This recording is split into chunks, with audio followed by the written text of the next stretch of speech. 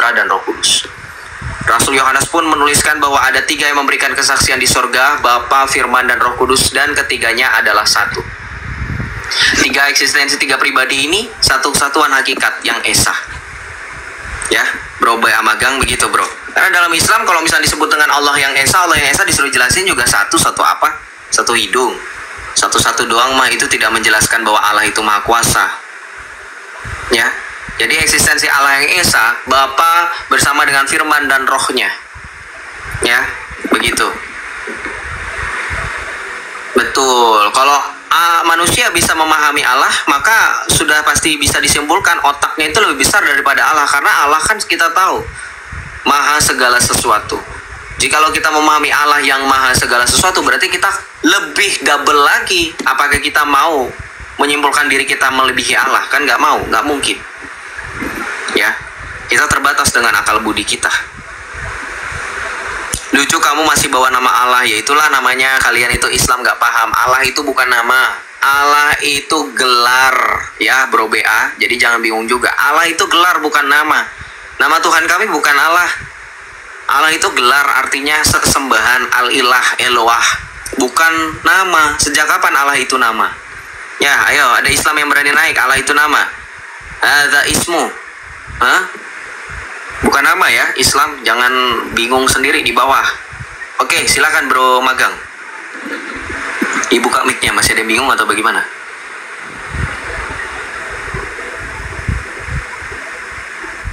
Halo.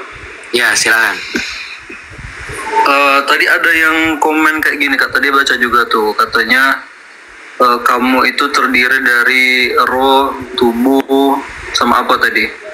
Nah, terus katanya saya ini juga trinitas katanya, kayak ada rohnya, ada tubuhnya. Jangan seolah-olah Tuhan sama seperti manusia, itu adalah perumpamaan, hanya visualisasi yang tidak akan mungkin sebanding. Karena analogi yang manusia gunakan untuk penjelasan Allah sempurna, seperti apa yang sudah diajarkan. Jadi begini bro, analogi yang memang manusia jelaskan untuk memahami Allah Tritunggal itu untuk memahami bagaimana yang berbeda itu tetap satu, ngerti nggak?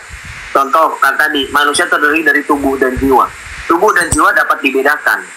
Tidak berarti kemudian tubuh dan jiwa itu terpisah dalam satu kesatuan hakikat manusia yang normal. Manusia yang normal seutuhnya, tubuh dan jiwanya tidak akan pernah terpisah. Bahkan sekalipun ketika kamu sudah mengalami kematian. Makanya tadi kita berbicara eksistensi. Sekalipun tubuh dan jiwa terpisah dari raga, tapi itu bukan berarti jiwa dan raga terpisah selamanya. Karena pada akhirnya Allah akan membangkitkan. Tubuh kita akan kembali dengan tubuh kemuliaan. Paham nggak maksudnya? Tubuh dan jiwa yang dapat dibedakan. Kita tahu tubuh kita manusia, kita tahu jiwa kita manusia, kita dapat membedakan mana tubuh kita dan mana jiwa kita. Contoh yang paling nyata kalau dalam dunia medis, ada dunia kedokteran yang memahami dan konsen atau fokusnya kepada tubuh anatomi manusia. Ada ilmu medis yang memahami jiwa manusia, fokus kepada jiwa manusia, mempelajari mentalitas dan jiwa manusia. Itu dapat dibedakan tubuh dan jiwa. Tetapi tetap dalam satu kesatuan hakikat kita ya manusia ini. Makanya tadi sempat dibahaskan eksistensi kita sebagai manusia, sekalipun kita mati, apakah kita bukan lagi manusia hanya karena tubuh dan jiwa terpisah? Sekalipun, sekali lagi, pada akhirnya tubuh dan jiwa kita akan kembali. Tubuh kita akan diubah oleh Kristus ketika kita percaya kepadanya dalam tubuh kemuliaan seperti bagaimana Kristus yang serupa. Seperti kita nanti. Ya, itu contohnya eksistensi. Bro Magang, semoga bisa dimengerti. Silakan. Jadi mungkin menurut saya, ini saya juga menghargai pendapat kakaknya. Ini bukan pendapat, saya jelaskan dari dalil dan juga jelaskan tadi. Ini maksud saya menghargai maksudnya saya menghargai dari dalilnya dari agama Kristen juga, saya juga menghargai maksudnya.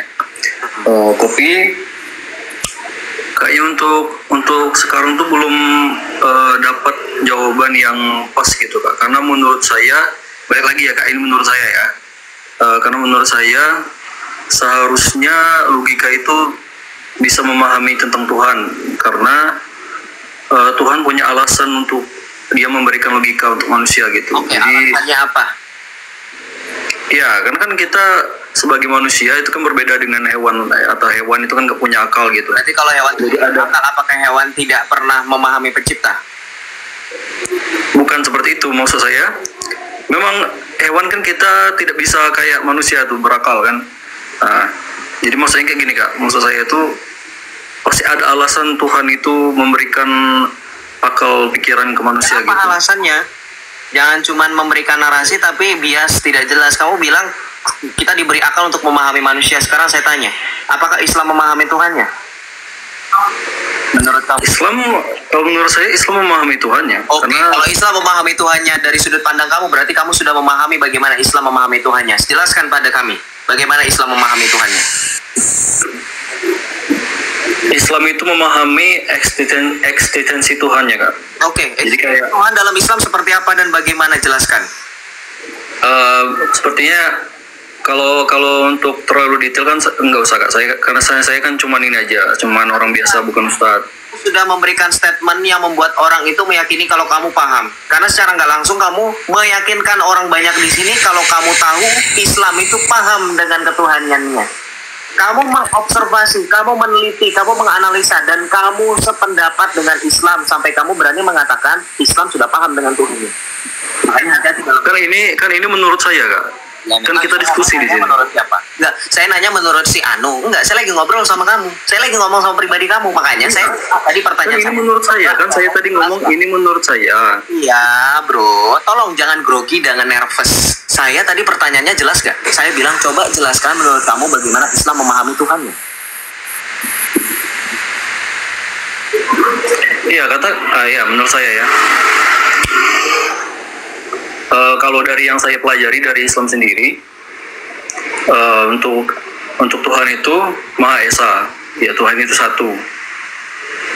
Tuhan itu tidak beranak pinak dan tidak pula punya anak. Karena menurut saya balik lagi ya kak. Karena menurut saya Tuhan itu sifatnya berbeda dengan ciptaannya, kayak gitu. Terima kasih untuk prolog masuk ke dalam dongeng yang nanti kita akan dengarkan bersama nih. Tadi kamu juga sempat bikin statement, menurut saya Tuhan harus masuk akal. Nah, karena dengan masuk akal itu kamu harusnya menjelaskan supaya yang belum masuk dalam logika itu kami bisa menjelaskan, kami bisa menangkap. Karena kamu yang bilang Tuhan bisa masuk akal. Oke, itu satu. Yang kedua saya pengen tanya deh, masuk akalnya dari kayak kamu menjelaskan itu memang pemahaman Islam pada umumnya. Tuhan satu, tidak beranak, berbeda dengan makhluk.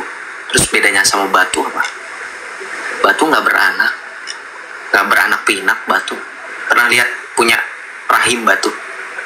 Pernah lihat batu itu tidak beda, sama semua, beda-beda. Batu kerikil, batu kali, memiliki persamaan.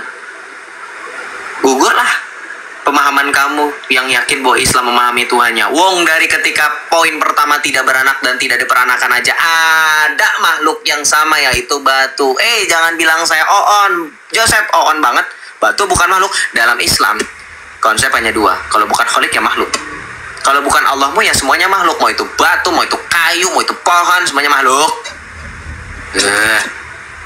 Jangan ngajarin ikan berenangnya bro ya. Karena batu makhluk. Iya, batu kan dia nggak satu kak, batu kan banyak. Kan Tuhan itu Esa. Sekarang saya sudah bilang, kalau dari poin pertama saja sudah gugur ketika kamu nyatakan Tuhan dan tidak diperanakan, ada persamaannya batu. Celing. Satu batu. Kan batu itu kan banyak. Batu tuh banyak, nggak ada satu di dunia ini. Batu tuh nggak ada satu. Sekarang saya tanya, makanya diem dulu. Nih yakin nih bisa punya logika, mengandalkan logika. Batu itu satu, saya tanya. Saya sekarang ambil batu nih. Nih ambil ini batu. Ini anggap ini batu. Kira-kira kalau misalnya di dunia ini hanya ada satu batu ini, bisa nggak batu ini beranak pinak? Lah enggak, kan di dunia ini nggak ada satu batu masalahnya. Seandainya tidak ada kejadian alami, kita semua nggak bodoh bro. Batu itu karena letusan gunung berapi bertemu dengan air lavanya dan seterusnya. Ada yang mengenai, nggak ada yang dari beranak kan? Nggak ada yang dari beranak kan maksud saya kan, ngerti nggak? Nggak usah lu cari alasan lain kan, tapi batunya bisa dari alami. Ya iya itu dia. Kalau Tuhan mau mengatakan Tuhan tidak mungkin punya anak, tidak mungkin punya itu, lu tahu nggak alasannya kenapa? Buka surah Al-An'am ayat 101. Mau saya bukakan? Tahu nggak alasannya kenapa Allah tidak beranak dan tidak diperanakan? Tahu nggak? Kenapa Allah tidak punya anak? Tahu nggak? Bacakan ya, surah Al-An'am 101. Samawati wal ard anna yakuna lahu waladu wa lam takun lahu sahibah wa khalaqa kulla syai' wa huwa bi kulli syai'in alim. Apa kata Tuhanmu?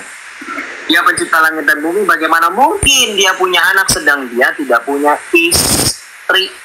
Jadi Tuhan tidak punya anak karena dia tidak punya istri, karena Tuhanmu sendiri. Aneh nggak? Alasan nggak punya anak karena katanya nggak punya istri, ini alasan terkonyol menurut saya. Karena kita semua tahu, kamu punya logika kan? Pernah belajar, pernah sekolah dong, mengandalkan logika kamu itu yang katanya bisa masuk memahami Tuhan. Hal yang paling hina saja, sesama makhluk hidup saja, kita semua tahu banyak makhluk hidup, baik flora maupun fauna, itu bisa mempunyai keturunan tanpa harus ada pasangan. Sporadis, amuba bisa membelah diri mereka tanpa harus ada pasangan. Ini siapa sih? Islam ini banyak banget aku nih.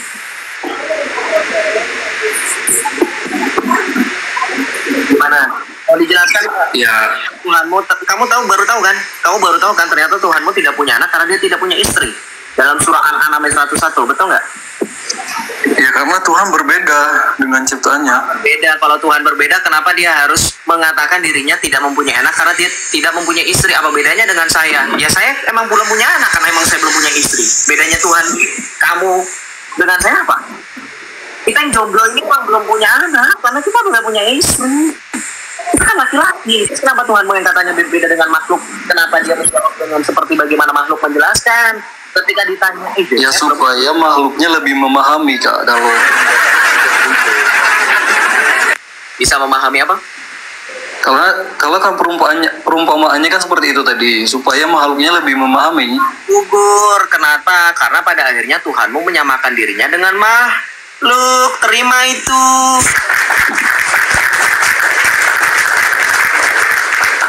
Kalau Tuhanmu pede, gini deh, lu kan manusia, lu punya akal logika, kita berbicara realita di kehidupan. Lu mau nggak? Lu punya level, ya, lu punya level kelas yang lebih tinggi daripada manusia lainnya. Anggaplah lu orang terkaya, orang terpintar. Lu mau nggak pakai orang lain yang di bawah lu jadi perbandingan buat diri lu sendiri? Mau nggak? Kira-kira lu mau nggak rela digituin? Nggak mau. Tuhan lo Maha Kuasa, katanya Tuhanmu tidak serupa dengan makhluk. Kenapa dia justru mau jawab pertanyaan konyol, Tuhan tidak punya anak dengan menyamakan posisinya seperti bagaimana makhluk? Nyampe nggak otaknya? Nggak nyampe lagi. Pemahaman simpel dong. Pemahaman simpel banget loh ini. Ini katanya Tuhan nih. Tuhan tidak serupa dengan makhluk. Kenapa pada akhirnya dia menyamakan posisinya seperti bagaimana makhluk? Nih kalau gue kan kalau ditanya misalkan, Joseph kenapa lu belum punya anak? Gue jawab, ya gue gak punya istri bro. Belum ada calon nih, belum ada pacar, belum ada istri gitu loh. Nah kenapa Tuhanmu jawabnya sama seperti saya? Paham gak kalau katanya Tuhan tidak serupa dengan makhluk? Dan lebih jelas lagi, itu dijawabnya pakai bilang tidak punya istri. Sekarang saya tanya, yang tidak punya istri laki-laki atau perempuan?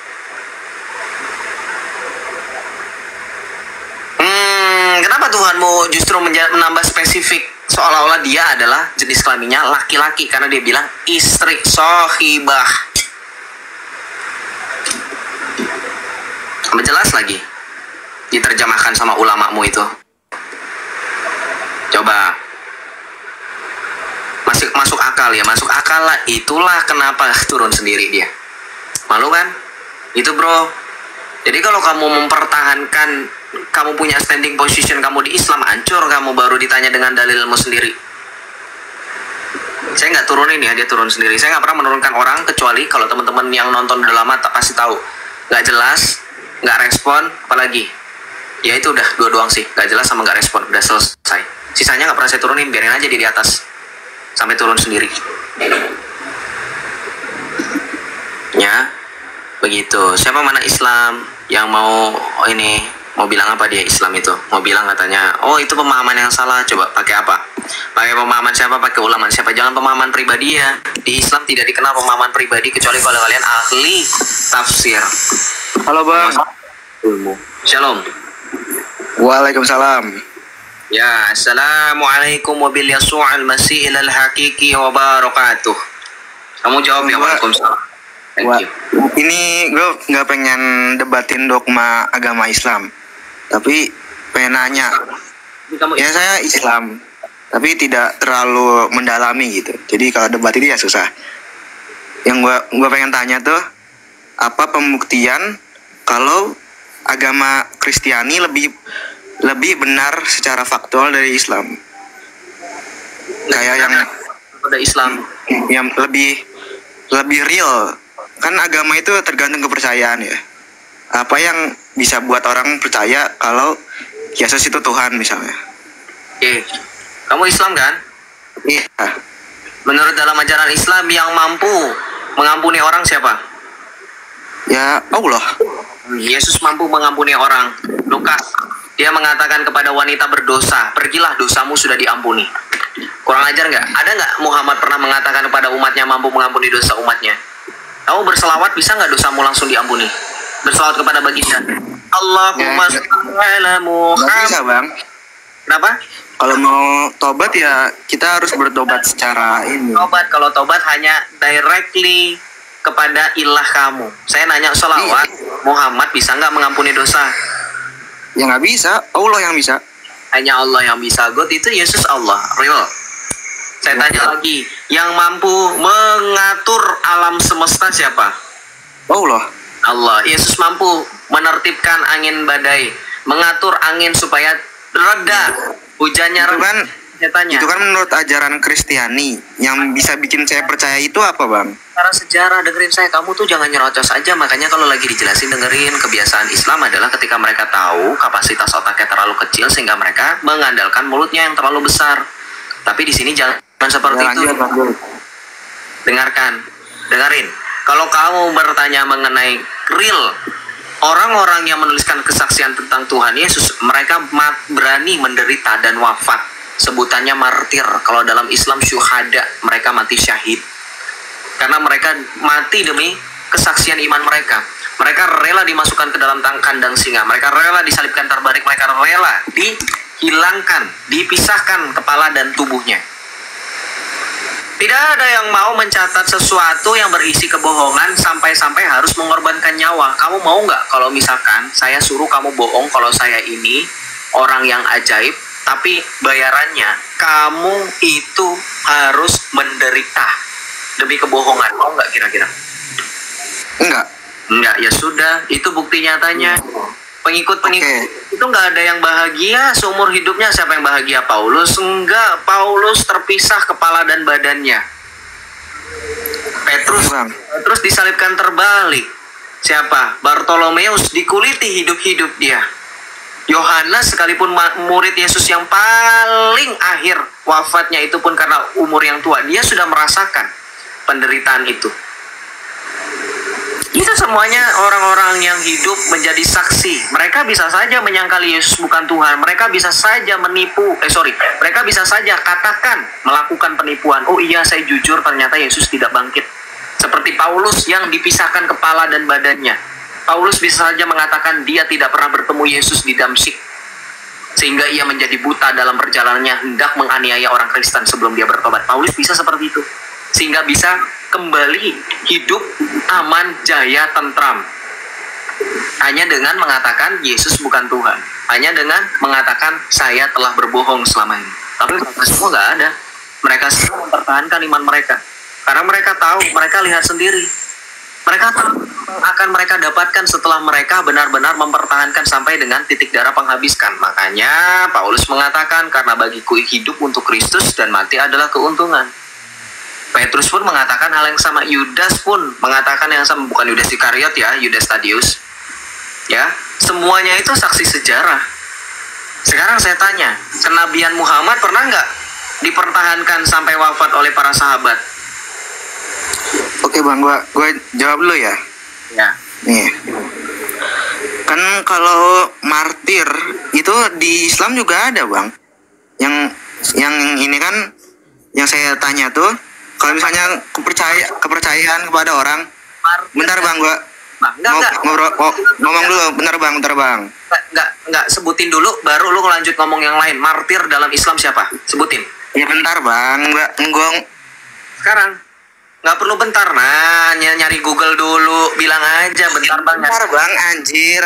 Iya tahu, kamu harus menyebut nama Allahmu untuk bisa dibantu.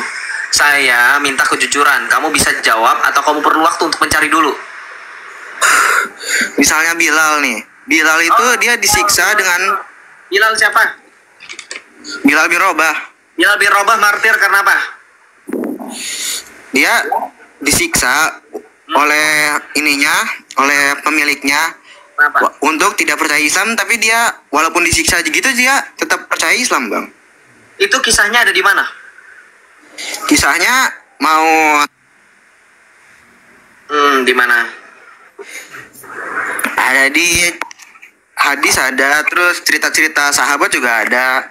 Cerita sahabat dan hadis. Oke, hadis ada tahun berapa? Ada nggak orang-orang di luar Islam yang mencatat adanya Bilal bin Rabah ini? Dan dia lingkup hidupnya berada di Jazirah Arab, Bang. Mau sumber historis apa? Ya sumber historis Jazirah Arab ya utamanya Islam, karena orang-orang di situ telah berubah jadi Islam. Jadi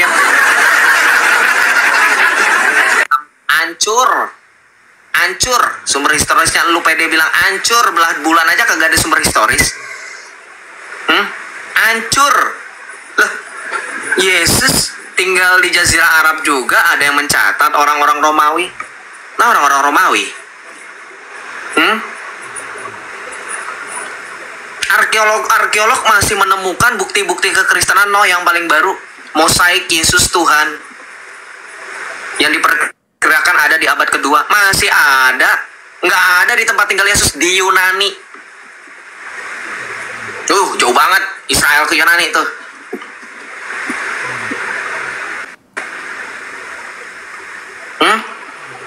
Tahu ya, karena Jazirah Arab itu pusatnya keajaiban 1001 malam ya, tahu ya, makanya kutatnya di situ ya, kayak film Aladin. Iyalah.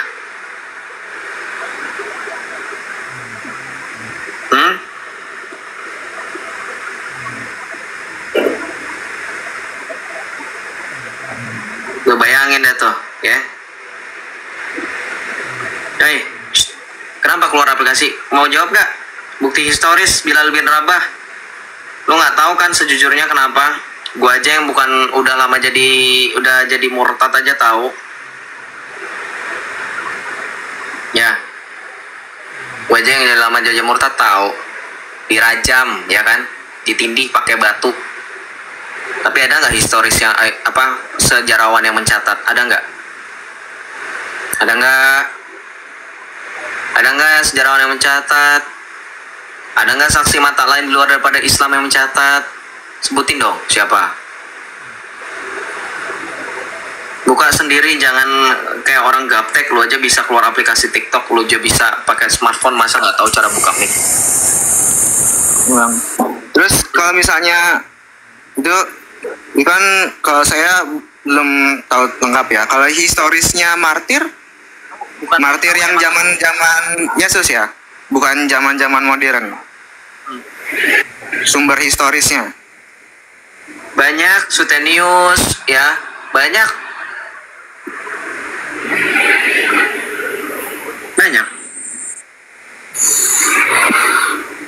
kan itu martir ya, Bang. Jadi pertanyaan gue tuh bukan itu, apa yang bisa membuktikan ketuhanan Yesus. Kalau misalnya kepercayaan kan orang bikin sekte juga bisa, Bang. Gue udah jawab, makanya otak lu dipakai nggak? Apa ketinggalan di bawah tuh, keinjak-injak sama orang di bawah?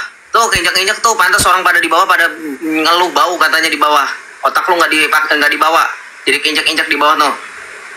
Gegerudukan orang di bawah. Dengar nggak tadi? Orang nggak cuman percaya, bahkan ketika disuruh menyangkal imannya, dia lebih baik mati, bro. Ya.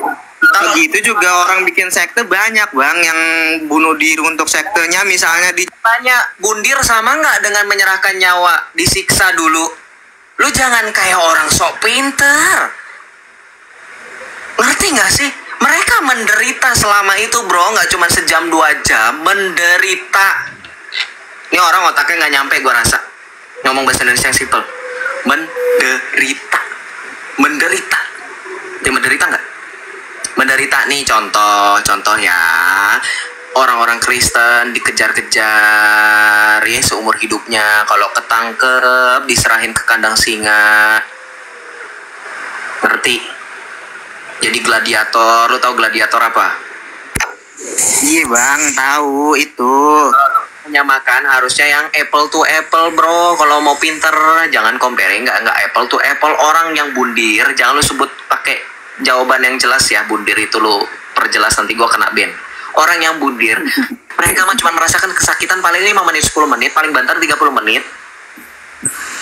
Itu orang Kristen merasakan seumur hidupnya. Makanya lu baca sejarah tuh, baca karyanya Bember Gascoigne, baca karyanya Suetonius, baca karyanya para sejarawan-sejarawan, penguasa-penguasa Romawi yang mencatat kehidupan warga Romawi pada saat itu, yang mereka bersinggungan dengan orang-orang pengikut Kristus, mereka apain. Ya bukan itunya. Yang gua tanya secara logika bang. Kan kalau misalnya orang bisa mikir gak sih? Itu lo bisa mikir nggak penderitaan orang itu seperti apa? Bener-bener logika lo aja nggak ada. Sosokan ngomongin logika lo aja nggak ada bro. Nyamain martir sama bundir itu aja udah aneh. Mau sosokan ngomong logika. Lo umur berapa sih? Paling nggak jauh sama gua 20 tahun. Malu lu. Kita satu angkatan, satu generasi, tapi otak lu nggak nyampe. Pemikiran yang sangat sederhana, penjelasan yang sangat jelas. Orang di bawah aja udah pada gregetan. Masa martir disamain sama bundir kalau lu bilang pakai logika? Lu ngerti martir nggak sih? Martir itu apa? martir ya orang yang rela melakukan apapun untuk kepercayaan dia. Wah, kocak, pantesan. Apa saja Islam itu mah rela melakukan apa saja, mau duar apa kabar, nah itu Islam ya. Melakukan apa saja, halal, jihad, hayya halal jihad, nah itu Islam. Apa aja itu mah pemahaman Islam, salah itu. Pantas saja dari tadi nggak nyambung. Emang kalau jihad di Kristen nggak ada bang? Perang salib itu apa? Tiba duar sendiri, nggak tiba bum apa kabar, nggak seperti itu. Kan tadi udah gue kasih contoh bagaimana. Ya Allah Tuhan, udah dijelasin dari tadi, makanya gue bingung kenapa lu ngotot. Tapi kalau lu nggak ngerti harusnya lu jangan ngotot dong, nanya maksudnya apa ya bang Joseph, saya nggak ngerti, malah ngotot, itu kan aneh.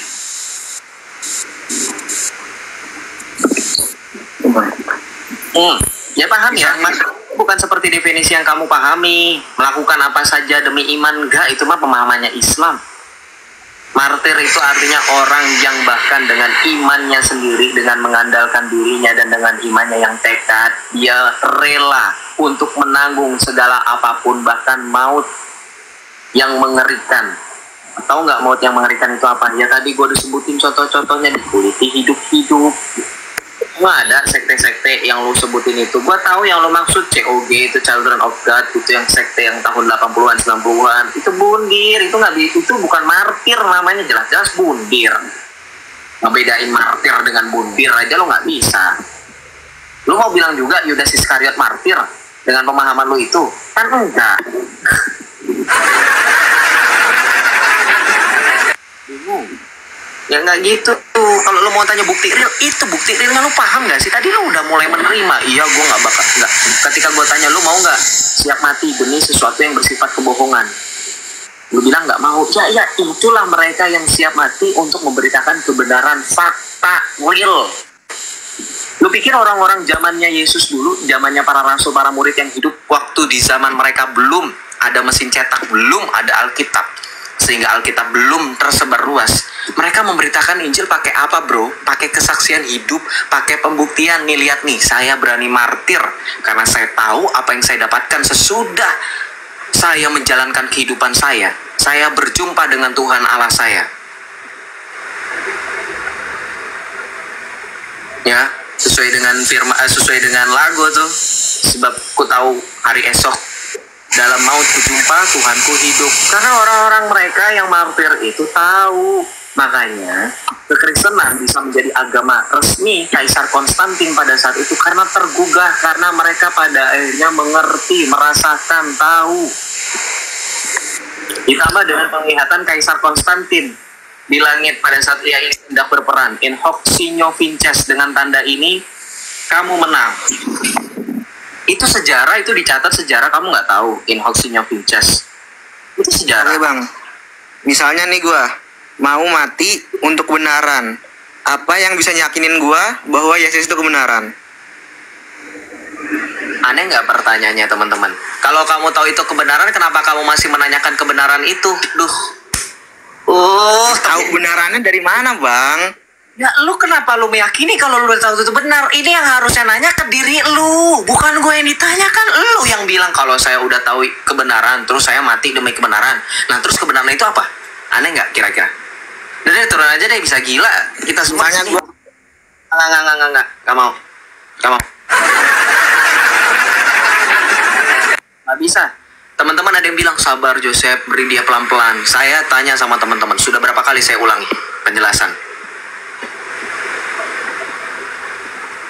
Pertanyaan itu bukan ditanya ke saya, ke kamu, karena kamu kan dia yang menarasikan. Kalau saya tahu kebenaran, lalu saya siap mati demi kebenaran itu. Nah terus dari mana kita tahu Yesus itu kebenaran? Karena aneh.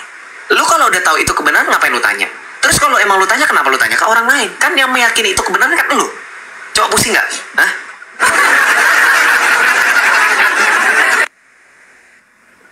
Itu namanya bukan sudah meyakini, itu masih kamu mempertanyakan, kamu belum yakin. Ngerti? Kalah debat ini lagi si Garit nih, otaknya berarti sama nih 11-12 nih Garit nih. Hah? Yakin nggak mungkin bertanya. Contoh begini, kamu sudah yakin rute mana yang akan kamu lewati ketika kamu mau ke Monas? Pasti kamu tahu dong, oh lewat Harmoni. Oh biar nggak macet lewat mana nih? Oh kita tahu. Kalau kamu tahu, ngapain kamu repot-repot menepi, nanya sama abang warung, nanya sama PPSU lagi nyapu? Karena kamu sudah tahu, ngapain kamu nanya kan gitu? Saya tahu nih, dikit lagi nyampe, 15 menit lagi. Paham nggak otak yang analogi sederhana, visualisasi yang sederhana? Kamu tahu tujuan kamu ke Monas, kamu tahu rute-rutenya, kamu tahu estimasi waktu sampainya. Terus kalau kamu masih nanya, ngapain, buat apa, sia-sia? Paham gak Islam?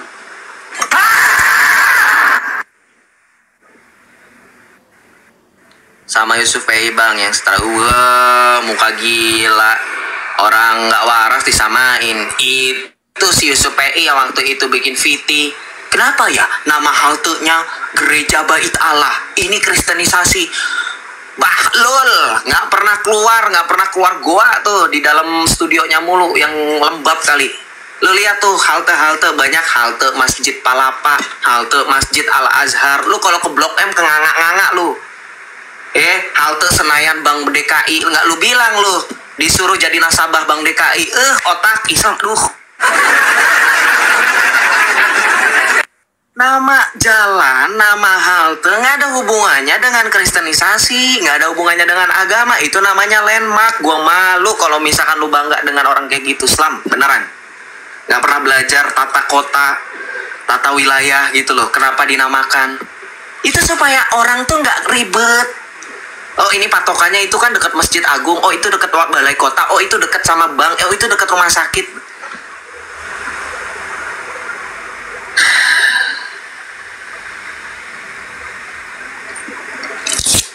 Ya, inilah makanya saya bilang agak disayangkan lembaga survei mana yang mensurvei mereka jadi survei IQ, jadinya 78 semua. Hah? Konsep sederhana tata letak kota aja pakai disambung-sambungkan dengan kristenisasi, saking bencinya.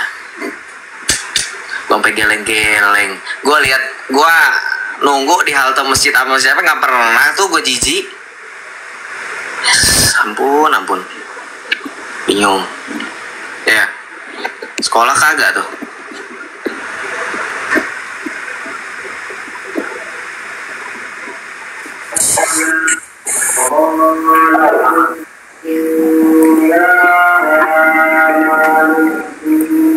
Halo Brahma, selamat malam.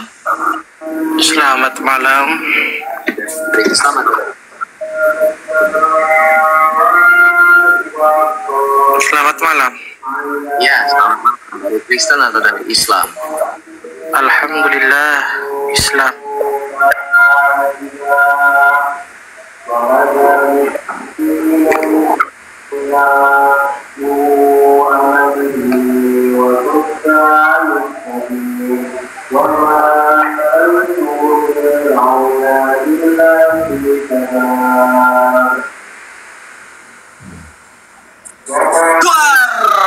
Diam-diam baik lo.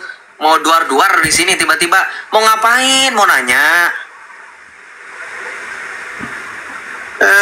Tiba-tiba duar mah kita berabe di sini. Berserakan nanti kita di sini, terserak-serak kita. Mau ngapain? Ngomong atuh. Kan tadi udah disapa, udah kasih salam, udah perkenalan, walaupun singkat. Terus mau ngapain? Silahkan. Kan serem kalau misalkan diam tiba-tiba duar meledak. Ya, mau ngapain Pak Rama? Silakan. Mengeningkan cipta kah?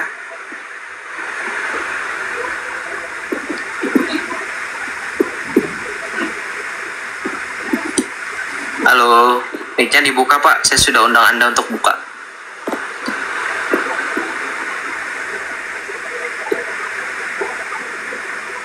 Halo.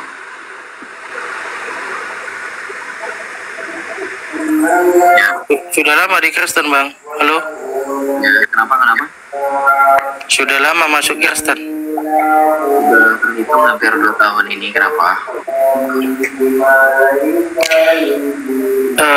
Di dalam Injil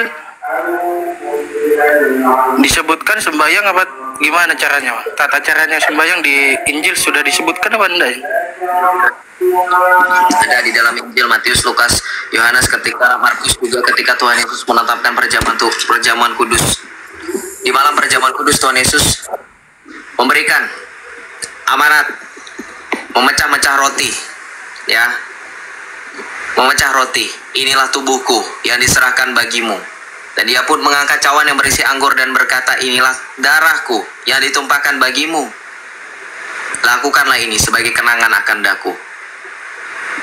Itulah yang dilakukan oleh Tuhan Yesus, dan itulah amanat agung yang sampai dengan detik ini kita lakukan. Perjamuan Tuhan itu, perjamuan kudus itu. Kenapa suara saya makin kecil? Bentar ya.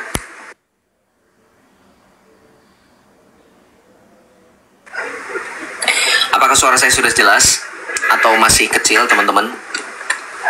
Harusnya sudah jelas ya. Jadi ketika berbicara mengenai ibadah, teman-teman yang Islam harus paham ya. Jangan cuma mengkritik, Joseph malas sholat. Cuman karena di Kristen itu kan ibadahnya seminggu sekali, makanya keluar. Jangan ngedok kembali di goa, ya. Keluar sesekali ngeliat gereja, jangan cuman dibuang mukanya kalau ngeliat gereja. Tapi sudah tertulis di Alkitab kalau sembahyangnya seperti itu, memecah-mecah roti. Ya, memecah roti, mendengarkan firman Tuhan Allah, memuji Tuhan Allah, menyembahnya. Berarti yang dilakukan Kristen sekarang sama yang dulu sama ya, Bang? Sama dong. Karena itu kami berpegang pada ajaran para rasul yang diberikan oleh Tuhan Yesus. Iya, tiap hari, bukan hanya tiap hari Minggu saja, tiap-tiap hari. Kisah para rasul 2 ayat 41 sampai 47. Saya dengar, saya kan tidak tahu ya, Bang. Gak apa-apa. Di dalam saya dengarnya cuma nyanyi-nyanyi itu ya. Ya, bernyanyi, memuji, itu memuji. Itu sembahyang apa gimana itu kalau nyanyi? Memuji. Ya, Islam juga bernyanyi kok. Di Alkitab disuruh seperti itu, Bang. Ya iya, Daud menari-nari dan memuji Tuhan, gak ada masalah. Kenapa? Kamu pun sama, udah dibilang Islam juga bernyanyi. Kan bedanya kalian dalam tradisi budaya Arab disebutnya apa? Kan bernyanyi, Bang. Saya tanya, bernyanyi pakai nada nggak? Membaca dengan menyanyi lain ya, Bang. Nggak ada yang bilang membaca, Pak. Bapak ini PNS atau apa sih? Pakai seragam apa sih? Itu coklat-coklat kok memalukan ya kualitasnya. Berpikir aja nggak bisa. Saya bertanya jelas. Jangan menuduh orang yang memalukan seperti itu. Saya nggak usah nuduh juga udah jelas kok. Saya nggak menuduh, saya sedang membicarakan fakta, bukan menuduh, beda kok. GR menuduh, orang saya bicara fakta. Orang udah ketahuan kualitas Bapak nggak bisa mendengarkan dan menyimak. Saya bilang membaca, saya bilang di dalam Islam pun ada bernyanyi, nggak ada membaca. Membaca tuh cuma pada hari ini Budi pergi. Membaca itu intonasi, pelafalannya nggak seperti nyanyi, ada panjang, ada pendek, ada nadanya, do, re, mi, fa, sol, la, si, do. Itu sudah jelas bernyanyi, ada notnya. Orang dalam ya? KKN.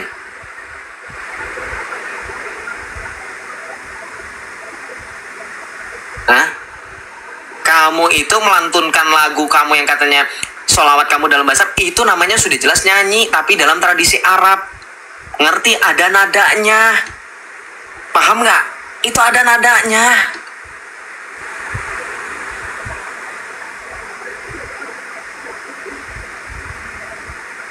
Nih, gua buktiin ya. Lu pada masih di dahil aja lu Islam, bingung saya.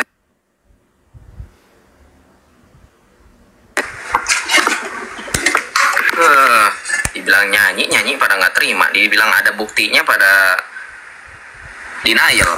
Nih.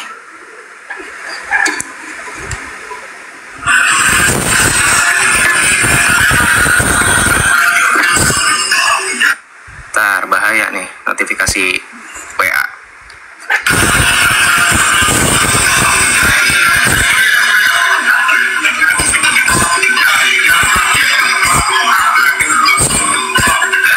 Sama nggak? Nyanyi nggak? Joget nggak? Saya tanya. Hah? Joget gak kurang? Nih.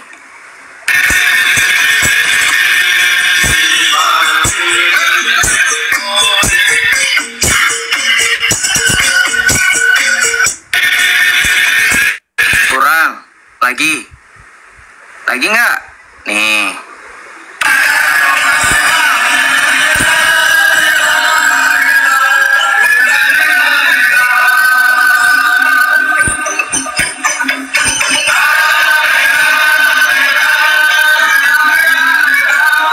Nih, tuh lihat akunnya tuh. Lagi nggak? Nih.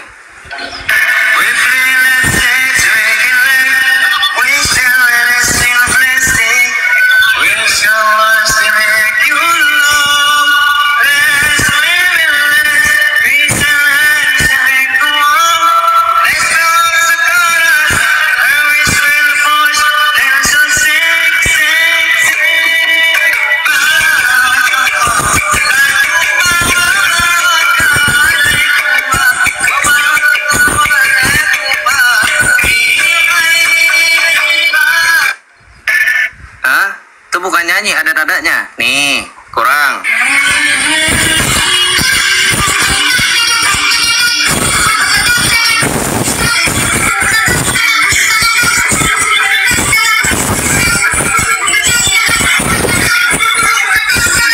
Lagi, nih.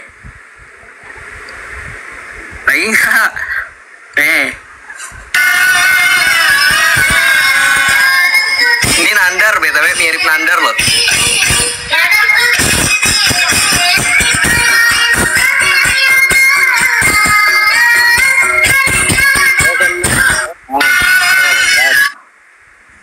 Lagi nggak nih?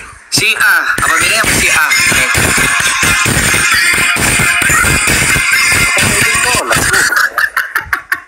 Saya kan sholat.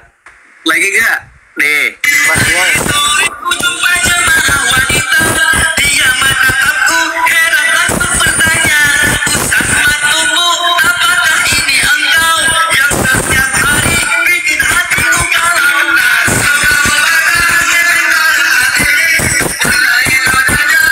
Hah?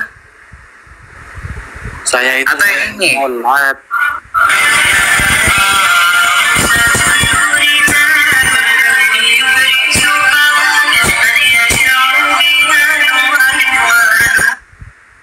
Hah? Atau yang ini?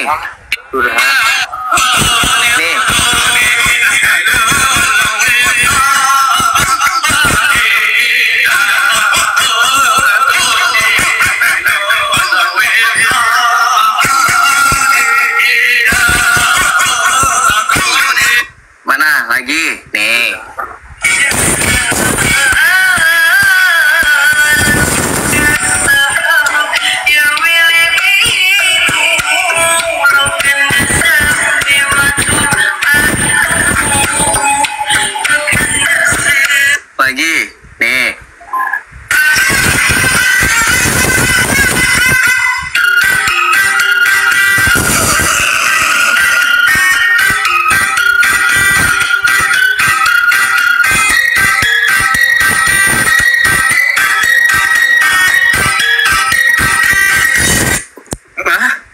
Udah. Lagi. Belum, masih banyak. Lebih parah. Dijawab aja dulu nih satu-satu, masih banyak kan lu nantangin. Saya kan banyak sholat. Sholat. Selawat dengan sholat bedanya apa? Saya tanya dulu.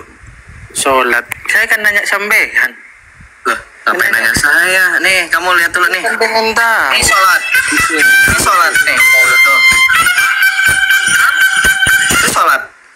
Baterainya.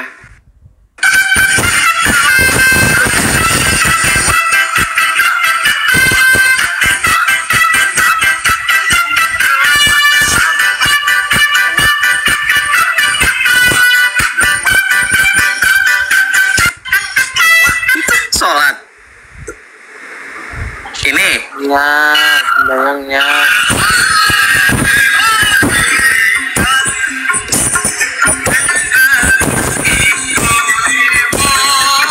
Udahlah males kalau sama orang yang nggak ngerti.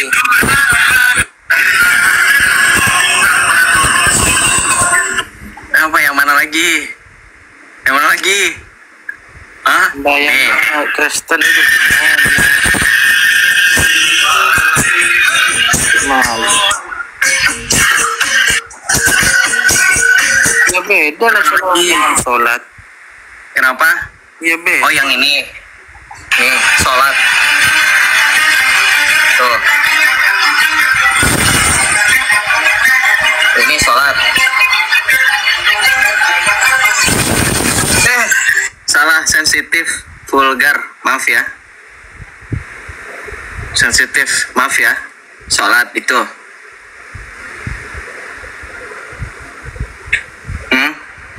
Sudah, saya nanya sembahyangnya kalau Kristen itu gimana? Ya tadi sudah saya jawab, kamu tanya lagi untuk menutupi Ini kan kamu bisa menjawab dan menjelaskan. Potong roti. Kamu malah menutupi ketidaktahuan kamu dan ketidakbisaan kamu untuk menjelaskan begitu banyaknya video-video bukti-bukti bahwa saya bisa membuktikannya. Ternyata di kamu juga Nanya katanya. ada konser, ada lampu sorot, ada lampu kayak macam diskotik, sama aja kan? Kalian niru siapa coba? Inspirasi siapa?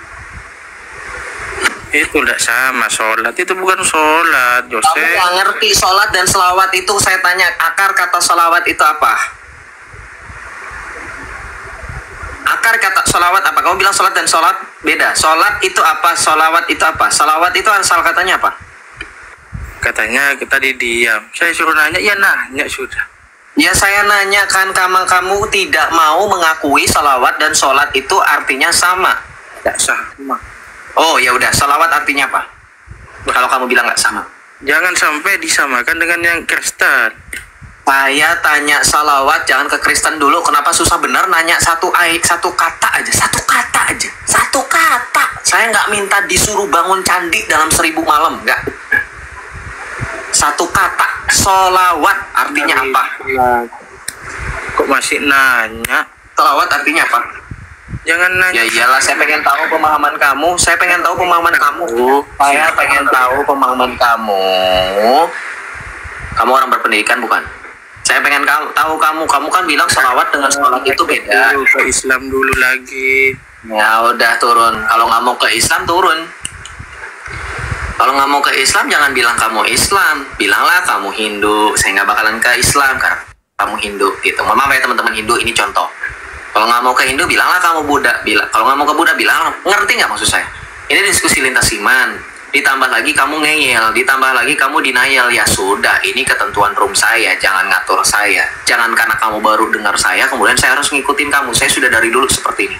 Silahkan tanya sama penonton yang sudah dari lama. Saya sudah bilang di awal tadi, saya sudah jelaskan. Kalau kamu hanya pure bertanya, saya tidak akan pernah bahkan sedikit pun sentuh ajaran kamu. Saya akan fokus mengajarkan tentang keselamatan. Tapi kalau kamu sudah denial, sudah ngeyel, nggak mau turun-turun, sudah dituruh-turun, atau sudah disuruh diam, ya sudah, mirroring. Terima konsekuensinya. Udah dikasih tahu. Masih aja pada nekat naik, nyalahinnya tetap nyalahin Joseph. Siapa suruh naikin? Ya, siapa suruh request? Saya naikin sesuka saya, yang mereka memang request, ngapain kamu ngatur saya? Ya, paham. Jadi jangan ngatur saya, oke? Islam, jangan ngatur saya, kecuali kalau mau kamu donatur, Kamu berhak untuk ngatur. Kita lanjut ya.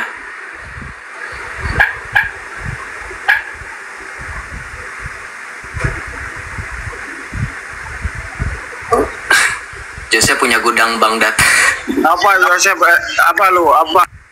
Ini lagi satu, aduh, dari tadi dinaikin, gue pikir orangnya otaknya udah benar. Makan kurma dulu. Ya. Makan kurma dulu. Nggak apa-apa ya, itu hiburan. Video itu hiburan loh. Seru. Seru itu, seru. Apa seru? Nah, salam, Bang Ujang. Salam. Halo. Salam. Hasyim Siregar dulu, silakan Hasyim Siregar berbicara. Oh. Iya Bang, halo Bang. Halo, dari Islam atau dari Kristen? Islam Bang. Islam. Kami dari ya Islam Bang. Ini sedikit apa Bang, mau bertanya aja ya kan Bang. Mungkin kita Kamu bisa open cam nggak sebelumnya? Temenin saya, jangan cuma saya sendiri yang open cam. nggak bisa Bang, lagi merokok ini Bang. Lagi di Tekan dulu merokoknya, karena kamu tahu sedang berbicara tidak sopan kan? Itu etika namanya. di luar aja Bang. Maksudnya kita gini bertanya aja nih Bang. Saya tidak merendahkan atau mau gimana gitu kan Bang. Cuma ingin bertanya aja. Apa pertanyaan? Ya kan gini. Mungkin kan Abang tulis di sini Yesus itu Allah kata Abang jelas nggak Bang? Enggak, sinyal kamu aja patah-patah. Mungkin kamu jangan nongkrong di atas sama Jibril, turun dulu ke dunia. Iya Bang. Jelas Turun nggak? dulu ke dunia, jangan kamu nongkrong sama Jibril di atas, nyangsang jadinya sinyalnya. Tuh buktinya kamu merah. Turun dulu, gih ke bawah yuk, ingat daratan. Turun dulu. Udah naik nanti makin naik.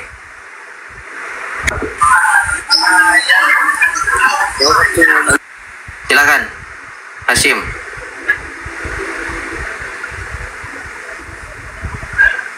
Bang, ada kan kawan tadi bertanya ya gini Bang, kan jelas Bang? Jelas sekarang. Alah, jaringanku jelas kan, ya Allah. Sama jaringan aku bilang jangan kau nongkrong bersama. Jelas Turun lah. Apa susahnya sih turun?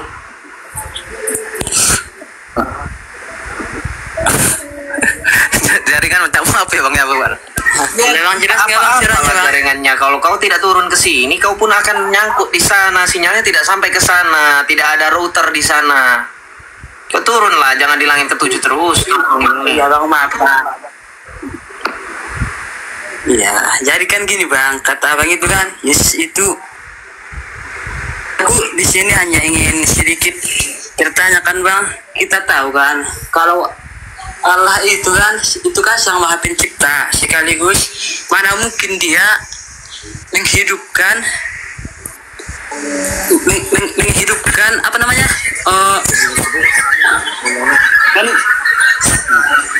Kan itu kan ceritanya gini, kan kita tahu Yesus itu kan kita tengok ceritanya kita tengok di apa kan di buku atau di TV kan itu kan Yesus itu kan disalib. Mana mungkin Allah itu mati baru kita sembah lagi. Itu maksudku Bang. Gimana itu ceritanya?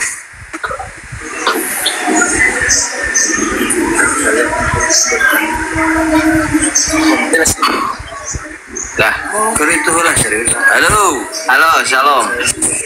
Halo Kang. Selamat malam. Selamat malam. Dari tadi ini rame terus ini kontennya, tapi bertolak belakang.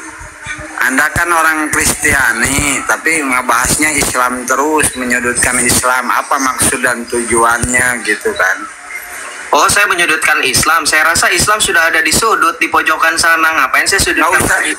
Nggak usah dibahas begitu. Anda kan Iya, itu Kristen. dia, makanya jangan dibahas Bang. Orang udah tersudut, terpojokan kok kita bahas. Ya udah atuh Mang Ujang. Sok bicarakan yang lain saja kalau sudah tahu. Dapur sendiri ngurusnya ya, hanya dengan Iya, saya tahu dapur saya lebih menarik, makanya saya lebih mau fokus dapur saya. Lah kan situ orang yang ngacak-ngacak dapur saya. Saya suruh balik ke dapur malah ngomel-ngomel, malah bilangnya saya ikutan acak-acak. Lah dapur udah acak-acak berantakan begitu, ngapain diacak-acakin lagi ya enggak? Makanya situ pada nggak betah sama dapur Dapur-dapur kalian yang berantakan itu, ngurusnya dapur kami yang rapi, tertata. Kalian nggak seneng, kenapa? Kalian nggak mau sendirian, dapurnya berantakan, betul nggak? Tuh gue bilang jangan pakai otak Islam. Gue udah pernah di Islam, mau ngomong apa, yo? Gue balik-balikin. Mau ngomong apa lagi? Gue balikin. Semua lu mau ngomong apa, gue balikin. Ada aja jawabannya beneran.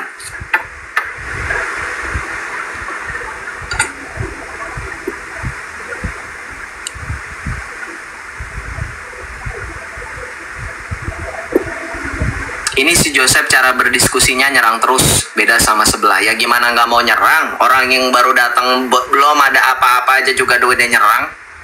Ya kita harus nyerang balik lah. Paling tidak melakukan pertahanan. Ini baru bertahan sih sebenarnya, belum menyerang. Gua kalau menyerang coba tanya sama yang penonton lama, udah habis. Kayak tadi tuh, baru nanya satu hadis aja pada nggak mau jawab kan? Coba teman-teman perhatikan deh.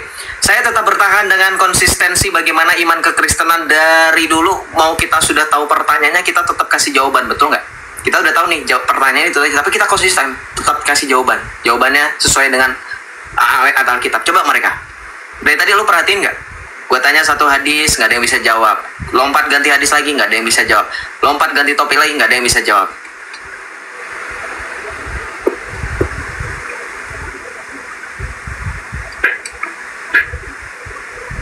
Saya baru bertahan, belum menyerang. Kalau menyerang habis kalian.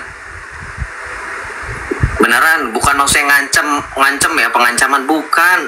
Kan kalian tahu, yang kayak begini aja udah siaga 1.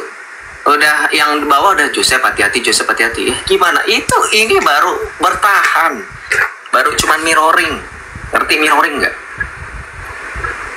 Gitu. Sebelah kalau ditanya ya udah ke sebelah aja Uli. Kamu ke sebelah aja. Gimana?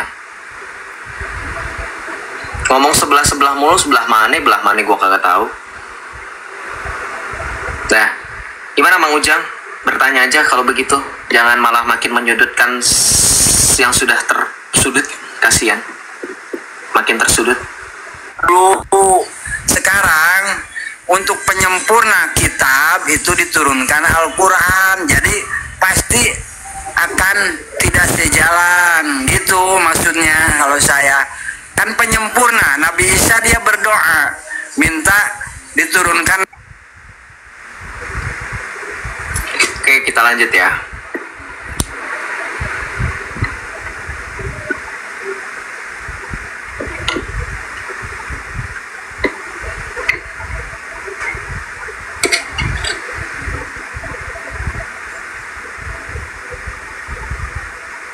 Iya, gue makin ngeladenin gue dosa, gue tiup aja. Shalom Abdul Karim. Iya, salam juga. Iya, dari Islam atau dari Temanya ini Yes Allah ya Bang ya? Iya. Iya, tema kamu ya Bang ya? Iya. Gak apa-apa saya bertanya Bang ya. Supaya saya paham juga tentang Kristen ini Bang ya. Iya, syukur-syukur kalau misal kamu juga beriman, tapi kalau enggak ya sudah urusan kamu. Silakan. Kalau beriman sih beriman Bang. Kalau Yesus itu anak Maryamnya Bang ya? Iya, dalam kemanusiaannya ia diperanakan oleh Maria Bunda Allah. Kenapa? Iya. Nabi Adam menyembah siapa itu Bang? Nabi Adam itu siapa? Orang yang pertama. Orang pertama. Ini. Nabi Iya. itu definisinya Nabi dalam Islam apa? Kalau Nabi sih sebagai khalifah. Kalau di Nabi sebagai khalifah, nggak salah tuh. Iya. Nabi itu penyampai. Kalau di Islam itu Nabi itu kan itu Nabi Adam itu sebagai khalifah di muka bumi Bang ya. Itu Kalau beda. Islam sih, Bang. Khalifah, Nabi. Oh di Islam Nabi. Yang saya tanya Nabi, jangan Ya, nyalakan baik. yang- Yang saya tanya Nabi. Nabi Abraham itu menyembah siapa Bang? Saya tanya selesaikan dulu, Nabi definisinya apa? Definisi Nabi apa? Kalau Nabi itu adalah utusan Nah, Nabi itu utusan yang tujuan utusan tersebut dari ngapain? Tuhan. Ya, tujuan utusan tersebut ngapain? Bumi ini Bang. Mengatur Salah, dunia ini, mengatur Bang. bumi, Mengajarkan kebaikan. mengatur dunia, Mengajarkan. udin sedunia. Ini orang makin lama makin aneh. Islam kenapa ya kalian harus ada? Nggak apa-apa. apa? Jangan punah dulu ya. Kita perlu hiburan. Mengatur dunia lu kata.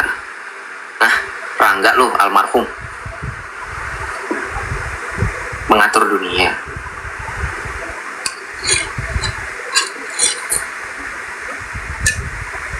Lagi juga lu bilang Nabi khalifah. Ingat ya, Abu Bakar itu khalifah, Utsman khalifah, Ali bin Abi Thalib khalifah. Emang mereka nabi semua? Enggak ada. Elit global ya? Kamu tuh lagi ngomongin elit global. Oh, ngatur dunia. Oh, jangan di sini ngomongnya. Itu obrolan laki-laki udah tengah malam, itu udah otaknya udah ngawang-ngawang itu. Ngomongin ini saya masih sadar ya. Kasihan nanti yang dibawa pada bingung. Nabi itu artinya apa? Coba yang jelas. Coba Nabi yang jelas loh. Nabi. Nabi, ibi, Nabi. Nabi. Gini bang, di ajaran Kristen itu Nabi Adam itu masuk gak di situ dalam ajaran Kristen itu? Masuk apa? Manusia yang pertama diciptakan oleh Tuhan itu bang. Ya, tapi dia bukan Nabi.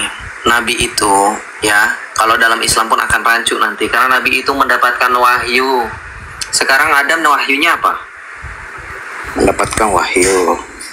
Sekarang Adam wahyunya apa? Kalau Yesus dapat wahyu juga ya bang? Aduh, kenapa ke Yesus ya? Udah belum selesai ke Adam, udah tiba-tiba loncat baik ke Yesus. Berapa zaman tuh loncatnya?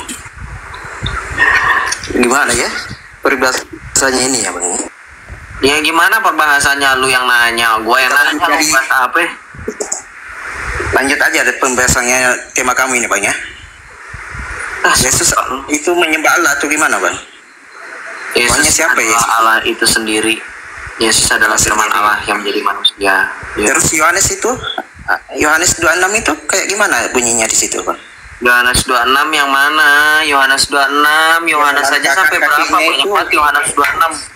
Yohanes 26. 39. Yohanes 26. 39. Yohanes 26. Yohanes 26 yang mana? Yang 39 ayat 39. Ayat 39 itu. Yohanes 26, gua tanya Yohanes sampai berapa bab? Banyak banget, 26 bab. Iya, ayat 39 itu, bang. Oh iya, Yohanes emang 26 bab. 39 itu apa bunyinya di situ Yesus itu? Astaga, Yohanes berapa bab? 26 bang. 26.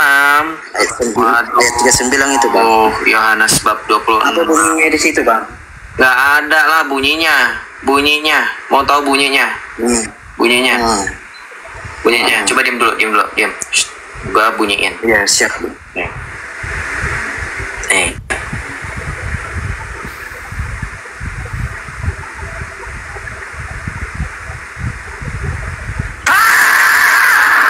Tuh bunyinya. Makin malam makin gak waras. Yohanes 26. Kasih kesempatan untuk mikir, bukannya malah nyari tahu. Karena udah tahu salah malah ngotot. Nggak ada Yohanes 26. Islam jangan suka nambah-nambahin ayat ya. Jangan suka nambah-nambahin ayat ya. Yohanes itu 21 bab 21 paling terakhir. Ayat yang paling terakhir itu ayat 25.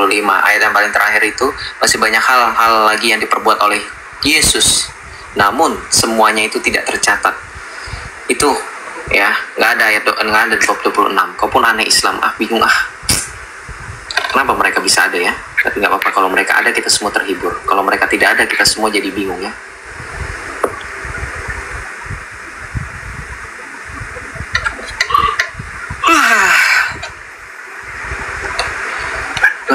Tuhan Yesus. Mana lagi ya?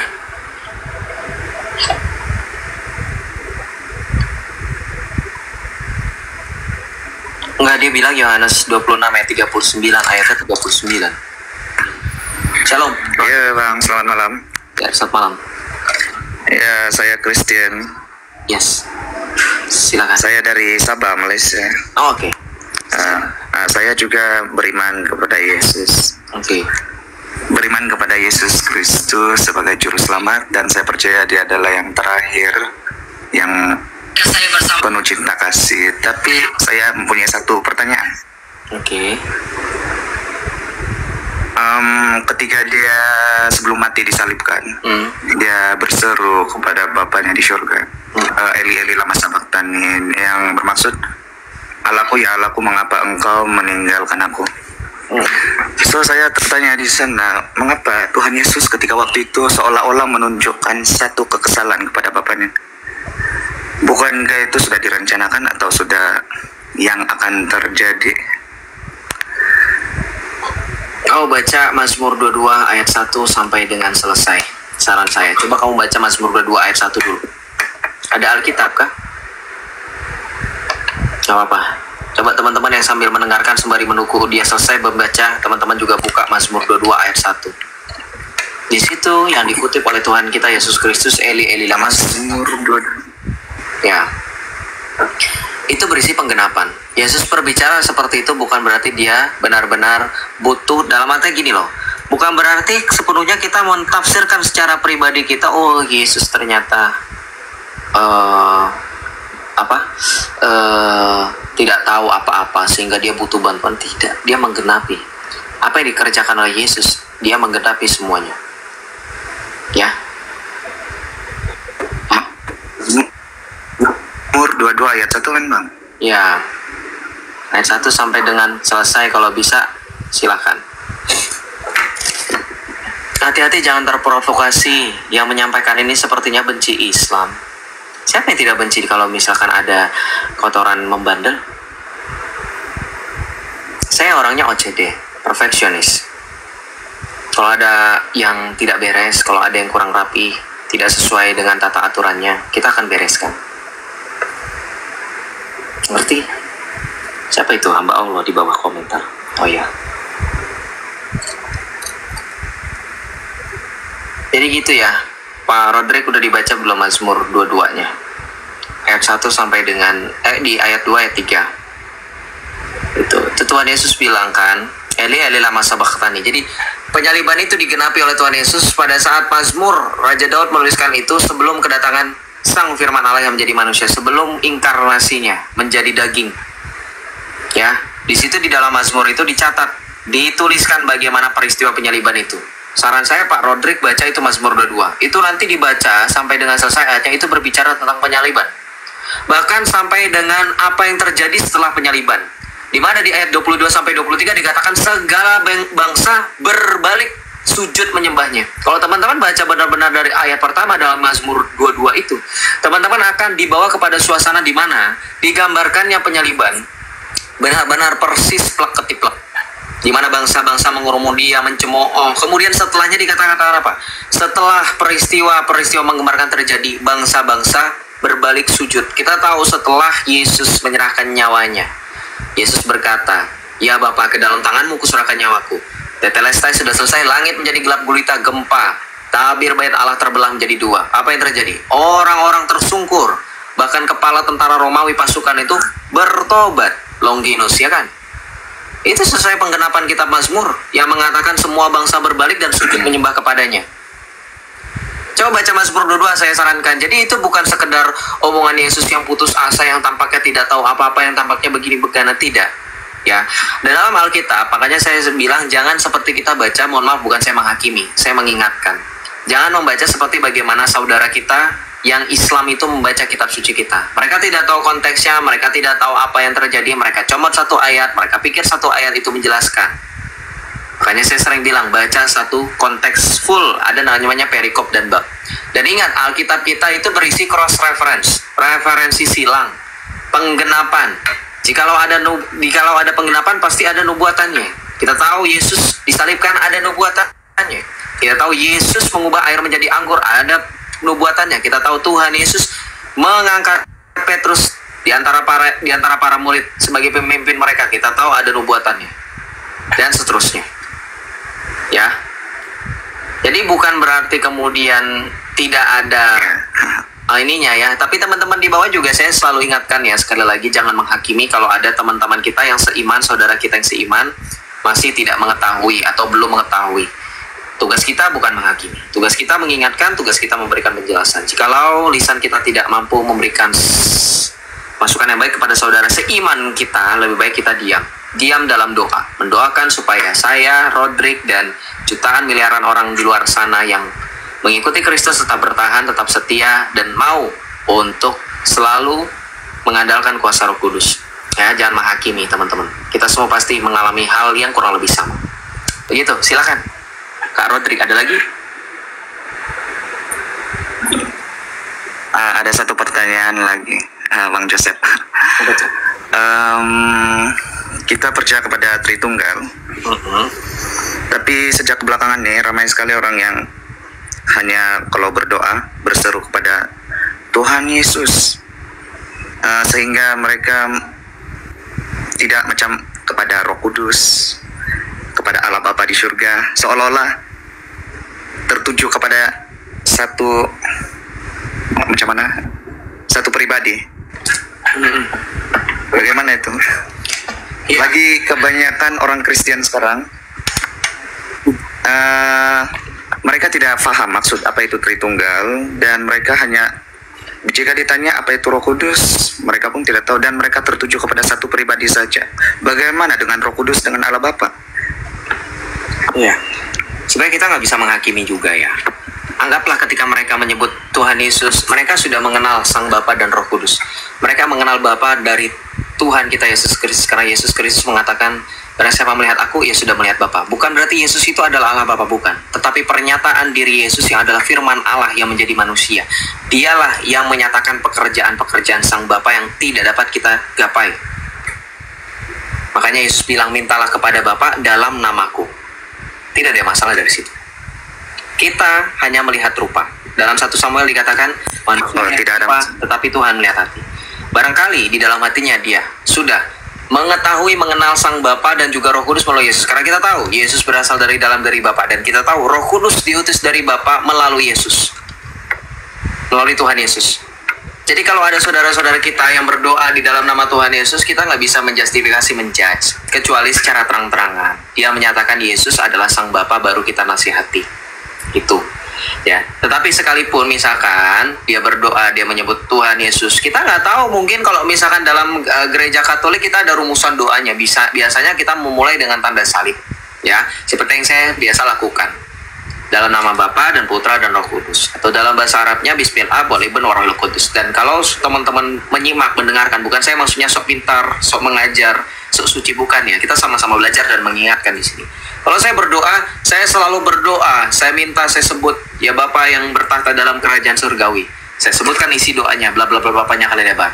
Lalu saya bilang, semua ini kami mohonkan dengan perantaraan Putramu yang terkasih, Tuhan kami Yesus Kristus, yang bersatu dalam Dikau, dalam persekutuan Roh Kudus, Allah yang hidup kini dan sepanjang segala masa. Amin. Itu selalu saya nyatakan bagaimana kesatuan hakikat Tritunggal Maha Kudus itu.